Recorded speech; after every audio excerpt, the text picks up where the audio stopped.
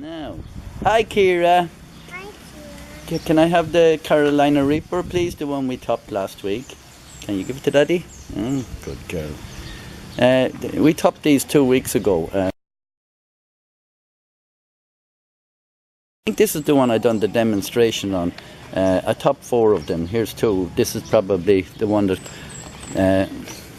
with the most new growth. Are you going inside? Okay, it's too hot out here. This is all new growth since I cut it 2 weeks ago. So this one is maybe another 3 or 4 days, and we will in 3 or 4 days we will take off these bottom leaves. But at the moment they're not doing any harm. They're not doing much harm here at the moment, except for maybe these small growth that's coming inside.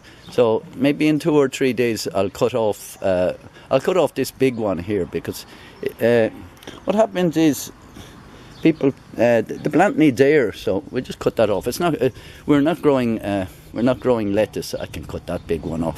You need to keep a certain amount of leaves. The real small ones will fall off themselves, the ones along here, because and you can see all this new growth. This is like going to branch out into 2 different branches. I can cut this one off for now, but make sure you leave some leaves, because we all know from school photosynthesis.